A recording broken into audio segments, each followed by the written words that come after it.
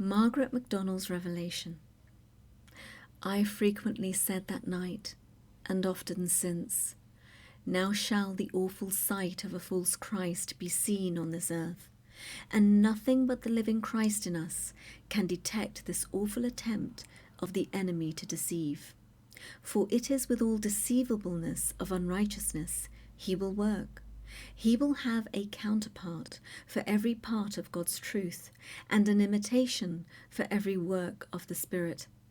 The Spirit must and will be poured out on the church, that she may be purified and filled with God. And just in proportion as the Spirit of God works, so will He. When our Lord anoints men with power, so will He. This is particularly the nature of the trial, through which those are to pass who will be counted worthy to stand before the Son of Man. There will be outward trial too, but 'tis principally temptation.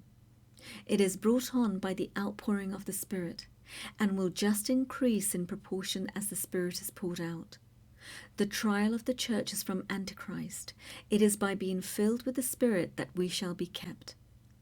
I frequently said, "O be filled with the Spirit, have the light of God in you, that you may detect Satan, be full of eyes within, be clay in the hands of the potter, submit to be filled with God. This will build the temple. It is not by might, nor by power, but by my Spirit, saith the Lord. This will fit us to enter into the marriage supper of the Lamb." I saw it to be the will of God that all shall be filled.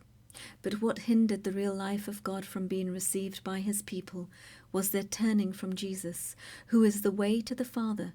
They were not entering in by the door, for he is faithful who hath said, "By me, if any man enters in, he shall find pasture."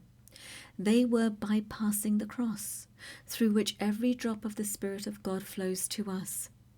All power that comes not through the blood of Christ is not of God. When I say they are looking from the cross, I feel that there is much in it. They turn from the blood of the Lamb, by which we overcome, and in which our robes are washed and made white. There are low views of God's holiness, and a ceasing to condemn sin in the flesh, and a looking from him who humbled himself and made himself of no reputation. Oh, it is needed, much needed at present, a leading back to the cross.